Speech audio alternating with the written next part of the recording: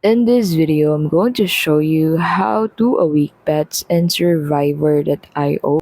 To get started, the first thing that you'll need to do is to open Survivor.io on your device and sign in into your account. Now in here, go ahead and head over to this area beside the shop icon to be able to view your items along with the pets that you've acquired. On the equipment section, go ahead and click on the pet section. Click on pet and that will redirect you into this section. So to be able to awaken pet on Survivor.io, you'll need to evolve to epic to unlock pet awakening. Unlock pet disposition can be changed and awakening skills are gained.